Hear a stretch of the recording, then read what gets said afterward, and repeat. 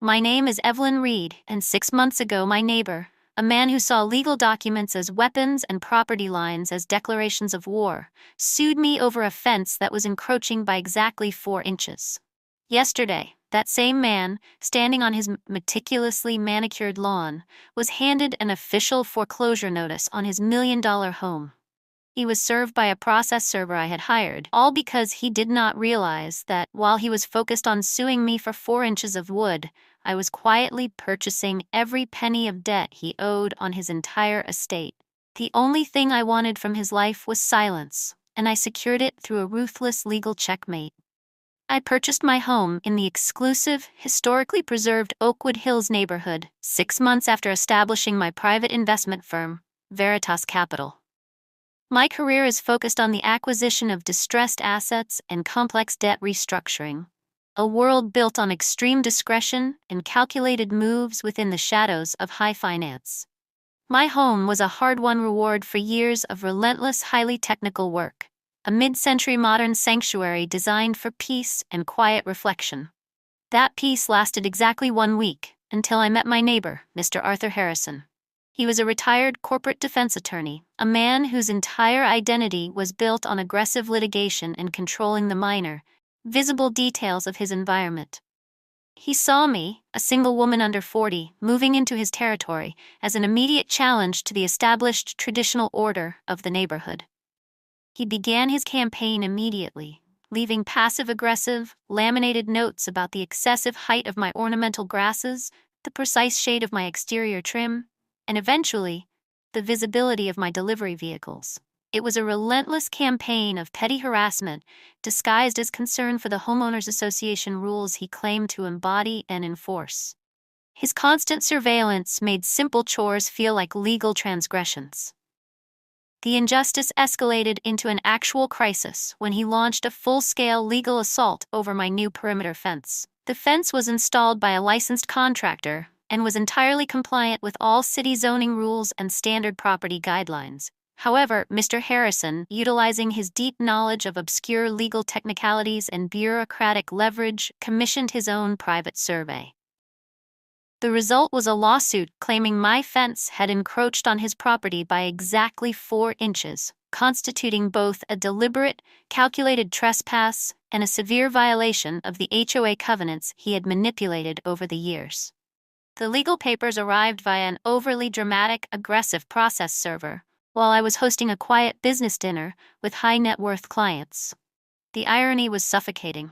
This man, who had amassed a fortune defending corporate giants against minor claims, was now dedicating his retirement to destroying my peace over less than a handspan of land. He truly expected me to panic, to settle immediately, and to be intimidated by the public power of his retired legal background and his reputation in the community. Have you ever had a person of authority use their professional power to launch a personal attack against you over something trivial? That kind of calculated bullying requires a response that is equally precise and financially undeniable. Tell me your thoughts in the comments. Instead of calling a defense attorney, which would have meant months of expensive, time-consuming litigation, I made a different call to my chief analyst at Veritas Capital. I realized that fighting him on the legal battlefield he chose, the fence, would simply prolong the harassment and waste my time. I decided to pivot the battle to a field where I held every single advantage: high-end financial investigation and proprietary asset acquisition. My firm's resources far exceeded the retainer of any defense lawyer in the state. I instructed my team to perform a deep, forensic audit of Mr. Harrison's public financial footprint, digging through everything from tax liens to complex lending records. The initial findings were immediately fascinating and professionally gratifying. Despite his outward displays of immense wealth and superiority, the luxury cars, the perfectly trimmed hedges, the expensive clothes, his assets were dangerously over-leveraged. He was a creature of high interest, balloon payment mortgages, the kind that rely on continuous perfect liquidity and immaculate timing of quarterly portfolio returns. He operated at the financial precipice, constantly juggling debt to maintain his luxurious social facade. My analyst quickly flagged the core liability, a massive 10-year balloon mortgage on his home, the exact kind of high-risk instrument that can collapse a leveraged empire overnight. The crucial detail? Public records indicated he had missed a scheduled payment just 2 months prior, a lapse likely caused by an unexpected market downturn that had eroded his highly aggressive stock portfolio. Don't forget to subscribe to this channel, turn on bell notification to stay updated for more revenge stories. The man who lectured me on perfection had failed the ultimate financial test of solvency. The discovery was my turning point, transforming me from a victim of harassment into a strategic operator. The opportunity was clear. Do not waste resources fighting the insignificant lawsuit. Instead, acquire the debilitating weakness. My firm, Veritas Capital, was perfectly positioned to execute the maneuver. I instructed my legal counsel to contact the debt holder, a regional commercial bank, posing as a third-party investment group interested in acquiring large tranches of high-risk residential debt notes. We made the proposal through an offshore subsidiary to ensure maximum anonymity. The bank, seeing a leveraged loan with a missed payment on an illiquid asset, was eager to offload the liability cleanly and discreetly to clear their books. This was the precise moment I stopped defending a 4-inch fence and started controlling the financial destiny of the man next door.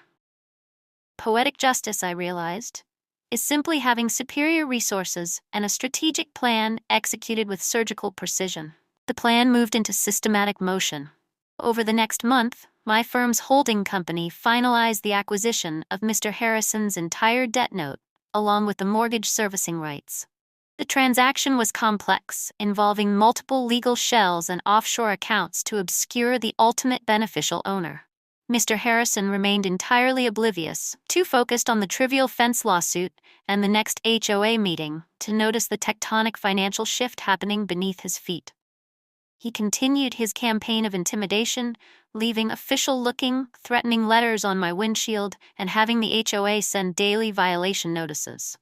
His arrogance was my shield.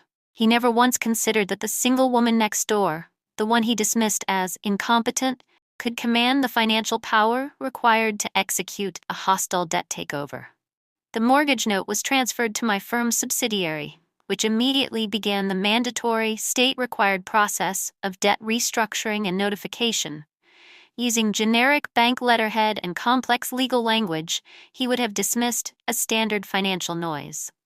He was receiving the documents that would eventually ruin him, but he was far too busy drafting complaints about my perennial landscaping to read the fine print.